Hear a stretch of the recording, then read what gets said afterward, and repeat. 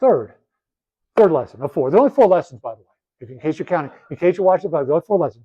Third lesson is what I'm calling toxic optimism. That's Colonel Sandy's story at the British Embassy. He and I were called out at Thanksgiving by the 2-star. We had a little get together, everybody out there in the parade grounds, took a little holiday, went to the Tomb of the Unknown Soldier, which is a really weird thing to do in a country that you're at war with. Like, I'm not actually all that into, like, I don't understand what's going on here. I don't read the language. Why am I going by monuments to soldiers of a country that I'm occupying? I don't know. But we were called out as he was the gloomy Brit, and I was his silent sidekick, which really annoyed me because I was not silent. I was pretty vocal. But his message there and the other messages we've gotten is that we were supposed to be focused on success. We were supposed to be focused on how we're winning, how are things going well.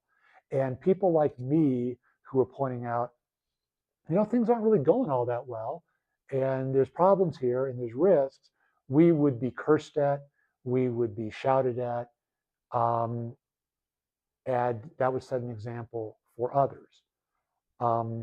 This withdrawal plan that I mentioned, it came about through another Brit. The Brits are very good at being gloomy, by the way.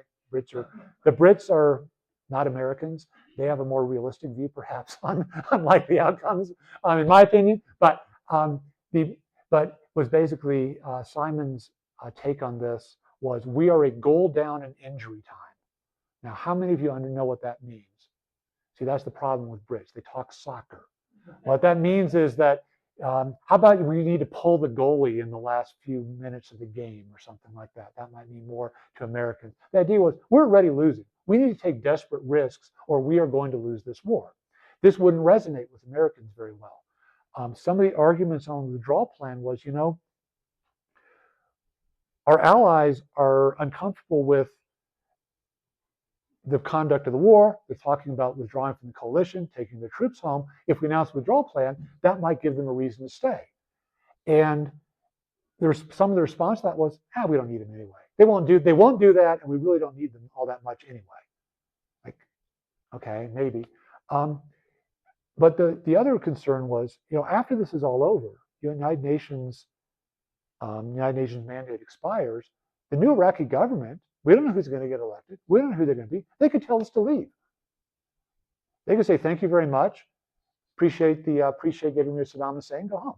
Or they might say something worse to us, and they could do that. And the reaction of a lot of people around the table talking about that was, well, first of all, that won't happen. There's an awful lot of, hey, this could happen. No, it won't. And this is very disturbing to me as trying to develop strategy and the politics of this is like, what do you mean it won't happen? I mean, it might not happen, but it could happen. Shouldn't we be prepared for it? But it was, even if that does happen, we'll just stay anyway. In other words, if the Iraqi government that we have invaded the country to install and had a whole lot of people die to do that, if they now tell us to leave, we apparently are going to now, go to war with that government and overthrow it too? I mean, how is that going to work? How is that even going to work if they tell us to leave and we say, no, we're not going to leave? Now what? I don't know. And now what was a question that really annoyed people?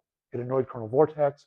It annoyed people above him when we'd say, okay, so if we're going to do this, what's next? What are we going to do? Before Fallujah, remember, which city are we going to attack? Oh, it's going to be Fallujah. It's going to happen soon. In September, instead, we attacked Samarra, which was kind of a surprise because, I mean, it's good. Yeah, we attacked Samarra, not Fallujah. Now, we're still going to attack Fallujah. We just decided to, again, divert from the important thing of attacking Fallujah, and we're going to go attack Samarra because, I don't know. It wasn't really my issue exactly, but one of my colleagues that recently arrived from Air Command Staff College, he went to my boss's office. He's like, okay, so now what? What's the point? What are we going to do now? What's next? And he got yelled at and thrown out of the office and all that with a lot of cursing and language that I'm trying not to use in here. But the lesson again was, don't ask these questions about what next. But the questions were valid ones. What's the purpose of going into Samarra? Yeah, there's some bad guys in Samarra. The bad guys all over the place. We go into Samarra, we go kill a few of them, and then we leave. Okay, now what? Now what are we going to do? Everything's happening without a clear plan for what good it was going to do. The specific concern that led to Colonel Story and I being called gloomy was the polling that I was reviewing. It was public opinion polling in Iraq, believe it or not. I'm not sure it was very accurate, but it's all I had to work with, and I'm desperate. Um, and the opinion polling was showing that even before Fallujah, and even before some other things we did, the Sunni Arab plans to vote were far lower than the Shia Arabs and the Kurds, which make up about 80% of Iraq.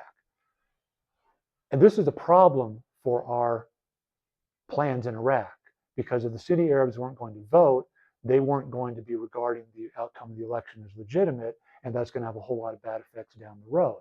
And I'm concerned that we're making this worse, because again, we're doing this urgent versus important. We have agreed by this time that it's very important that the Sunni Arabs participate in the democratic process. We come to this conclusion as we are still fighting in Fallujah. We determine, which is a Sunni Arab city. Sorry, I'm assuming a lot of knowledge. I apologize for that. Fallujah is a Sunni Arab city. And the refugees from Fallujah are pouring into Baghdad during Eid, and everybody is sitting at home during Eid watching TV, and everything that's on TV in Iraq is how the Americans are killing everybody in Fallujah and maybe using white phosphorus and executing people in mosques and all kinds of other things that's going on.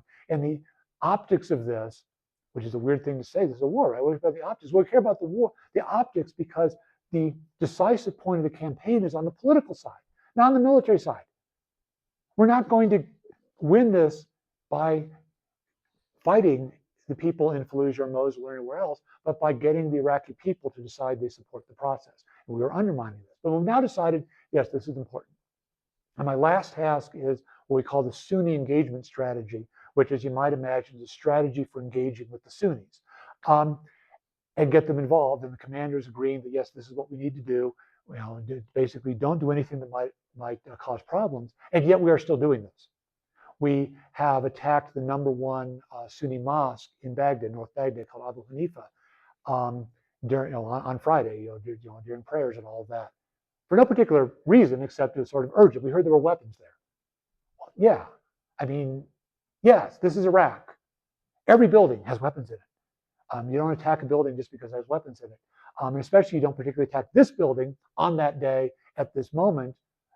And again, for what purpose? Not clear, but it was sort of urgent. And we had now come up with the idea, and I'd spent some time running around the palace, and this is detailed in the book in what might be a very dramatic scene or might not be, that we had decided that we were going to arrest the leader of the Muslim Ulema Council, who's kind of the spokesperson for the Sunni Arabs. And they were a front group for our enemy.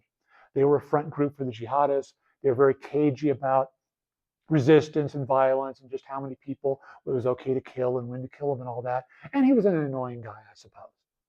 And we were going to go to his mosque, the Amal Marik Mosque, if I'm remembering that correctly, and arrest him. I'm like, why? What good is that going to do? Because you arrest this guy. It's like, there's not going to be another guy that's going to start speaking for the Muslim Ulema Council and you arrest everybody who speaks out for the Sunni Arabs. Is that the plan? But we were also going to, in some weird show of bipartisanship or something like that. I haven't talked about Muqtada al-Sadr yet for some reason. Muqtada al-Sadr is a Shia Arab leader who's not participating in the government. He's leading a bit of a local resistance to this. We've signed a ceasefire. Signed might be too strong a word. We've reached agreement with Sadr that he would stop shooting at us and we would stop shooting at him. He turned over a bunch of weapons, mostly old stuff that didn't work, and we now had the ability to engage in the northeastern quadrant of Baghdad and do sort of civil affairs work. And that was all great. It was kind of going much better, much more peaceful. And we decided, along with this raid on arresting Harith al-Dali, we were going to arrest two of Muqtada al-Sadr's lieutenants to break that ceasefire. Why? No idea. No idea. I mean, I'm sure they were bad people. I'm not going to say they were good people. They probably deserve to be arrested. They're probably criminals. But we're fighting a war that the purpose of this war is to have this election come off working well. And so I'm running around the palace trying to find somebody who's going to stop this kind of stuff. And they don't happen. And maybe that's my responsibility. Maybe it's not. I can't prove it. But I think I had a part in that. But that really annoyed my two-star because he tried to tell me, don't do this stuff. This is like above your, this is like really, really important stuff. And we shouldn't be talking about this. And I told him, well, yes, it's really important, and so I'm going to keep talking about it. And we're clear to do this, and turned my back on him and walked off. Which did not help my chances for promotion, but nevertheless possibly averted blowing up the war to a larger extent. This toxic optimism led to one other thing that would happen, I think affected us in Afghanistan, which I haven't talked about either yet, which was because I knew people did not want to hear the worst case scenarios. They would just reject them. If I present the worst case scenarios to my boss, he is going to scream at me, he's going to use very nasty language with me, and he is not going to send that stuff forward. He's going to tell me to change it. So I can just sort of self-censor myself and say, well, the worst case scenario is this, but I'm going to pretend the worst case scenario is really over here. So the range of possibilities that I believe in is like this, and I'm kind of easing off a little bit because I know that's not acceptable. And I think he was doing the same thing and the same thing. By the time it gets up to the commander, much less the president, I think the range of options is much less than what the line people think it's going to be. I think that may well be what happened in Afghanistan. I don't think anybody in Afghanistan, when they're thinking about, well, if we pull out of Afghanistan, how long is the government going to hold out? Yeah, after the Soviets left, it was almost 3 years. I used that in the withdrawal example, by the way. We pulled out, the Soviets survived. I didn't use that because I figured that'd be not acceptable to compare to the Soviet army pulling out of Afghanistan. But it was a good comparable case. How long is the government going to last? I don't know. I don't think anybody had the guts, even if they thought about it, to say, you know what I think is going to happen? I think while we're in the middle of the evacuation, the president of Afghanistan is going to grab a bunch of cash and fly off to the Emirates. That's what I think is going to happen. Because that is what happened. And probably, maybe somebody thought of it, but I bet that possibility never made it to President Biden. Or probably the general officers. Like, nah, a few days, a few weeks. I don't know what the worst case was. But here again, I'm concerned about the toxic optimism that success leads to success. And hey, we shot down Soleimani in Iran under Trump's first term, I think it was. Nothing too bad happened. I mean, a whole bunch of troops got hurt in Iraq, but apparently that was okay. Kidnapped the leader of Venezuela. Turned out okay, I guess, so far, or something like that. And now we might attack Iran. Again, we attacked Iran a few months ago. Kind of turned out okay, I guess. But I'm concerned that there's not a lot of what next being asked. And the more that success breeds success or success breeds overconfidence. And I'm certainly concerned that at some point we are going to see a policy that does not turn out as we hope it will because we are not willing to consider the negative outcomes. Again, I'm encouraged by Dan Kane and raising concerns about, do we really want to use up all of our weapons on Iran, given that we destroyed and obliterated all their capabilities anyway? And maybe we might want to keep some of those for the future. But a response I also saw from the Defense Department was, we have every weapon we possibly need for any contingency, no matter how long it would last. There's an actual statement from the Department of Defense spokesperson that I saw yesterday. That's a lie. I mean, that has to be a lie. We cannot possibly have all the weapons we need for anything we might possibly ever want to do forever. But nevertheless, if that kind of thing is being said, I hope that's not being believed internally, because that would be a bit of a problem.